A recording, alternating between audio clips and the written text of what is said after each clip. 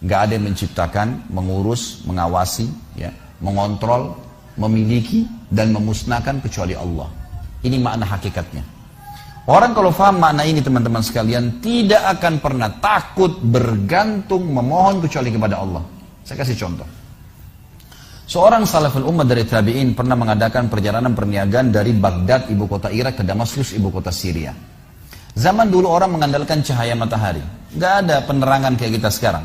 Jadi orang kalau pagi jalan sampai menjelang terbenam matahari, mereka tinggal di situ, tunggu sampai besok, nginep, besok terbit matahari baru jalan lagi. Karena mereka nggak ada penerangan.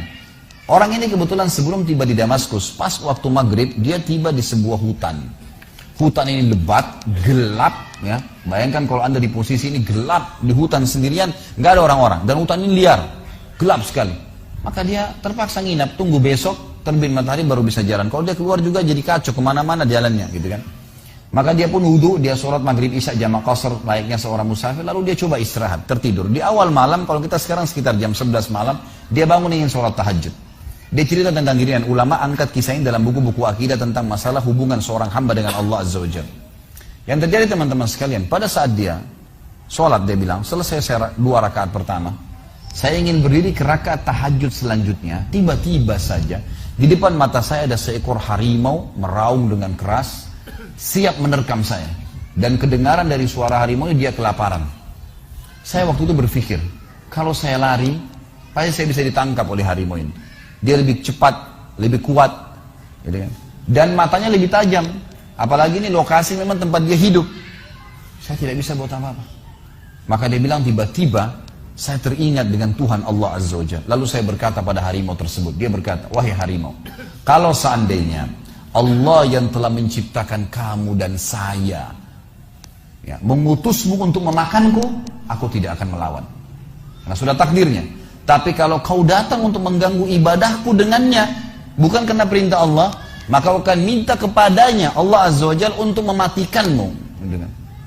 Tiba-tiba dikatakan dalam kisah ini, orang saleh ini bercerita, harimau tersebut menundukkan pandangan matanya meninggalkan saya, tidak jadi memangsanya.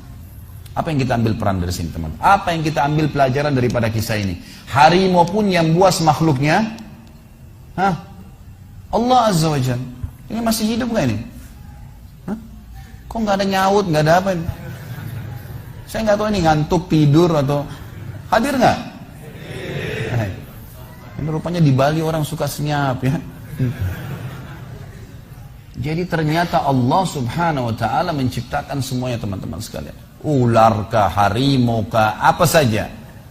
Salah satu kebahagiaan seorang mukmin yang kenal Tuhannya adalah tidak akan pernah takut kepada raja zalim, kepada pasukan yang 10.000, 1 juta. Apa saja tidak akan pernah dia takutin, karena tidak akan mati kecuali ajalnya datang, gitu kan?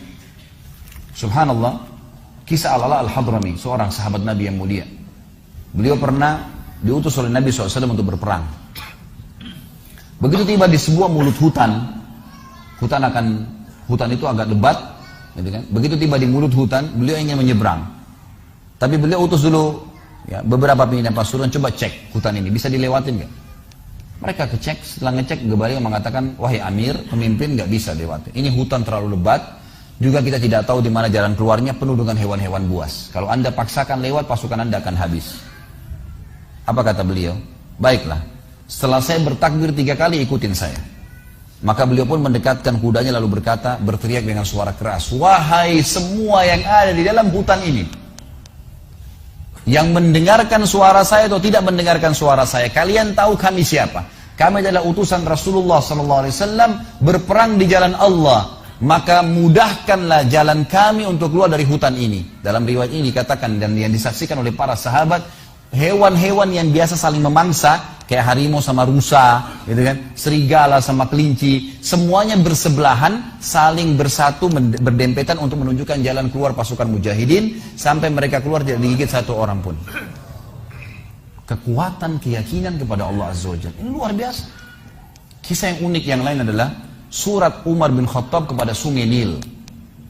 Pernah Amr bin As radhiyallahu anhu, sahabatnya waktu masuk ke Mesir, begitu beliau dinobatkan jadi gubernur, baru minggu pertama, baru pekan pertama, tiba-tiba air sungai Nil, air sungai hilang, habis. Ini bukan musim kemarau ini, habis, hilang tiba-tiba. Lalu Amr bin As panggil pimpinan-pimpinan orang suku Kipti, orang asli Mesir datang semua. Yang sudah masuk Islam tentunya. Ditanya oleh Amr bin As, apa yang terjadi di Sungai Nil kok bisa begini? Dia bilang, wahai Amir, wahai gubernur, ini sudah sering terjadi begini. Ini setiap tahun begini. Lalu kata Amr bin As, apa yang kalian lakukan? Kami selalu melempar tumbal. Lempar sapi, lempar kambing. Dan yang paling cepat airnya keluar kalau kami lempar tumbal anak gadis. Dari mulut Sungai Nil dilempar ke bawah, diikat, begitu jatuh, kebentur kepalanya, keluar darah. Begitu netes darah langsung keluar air. Kata Amr bin As, demi Allah ini nggak ada dalam Islam. Dari mana ini? Saya akan tulis surat kepada Amir Mu'minin Umar bin Khattab. Kirim surat.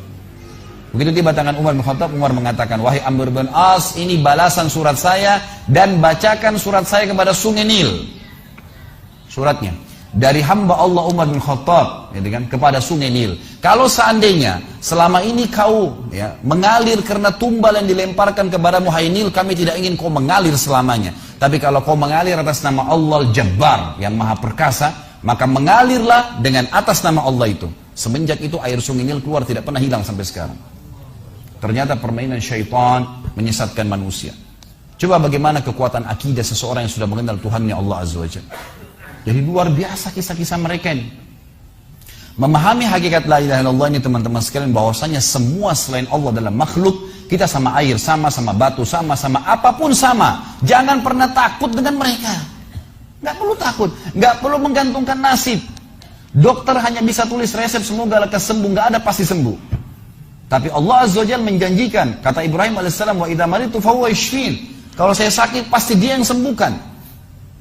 Para sahabat teman-teman sekalian, kalau sendal mereka putus, mereka mengangkat tangan ke langit mengatakan, ya Allah, sendal saya putus, gantikanlah. Lihat bagaimana kekuatan keyakinannya kepada Allah Azza wa Jalla. Yakin Allah itu memang ada di langit sana. Allah itu Sami', maha mendengar, Basir, maha melihat, Alim, maha mengetahui dan segalanya.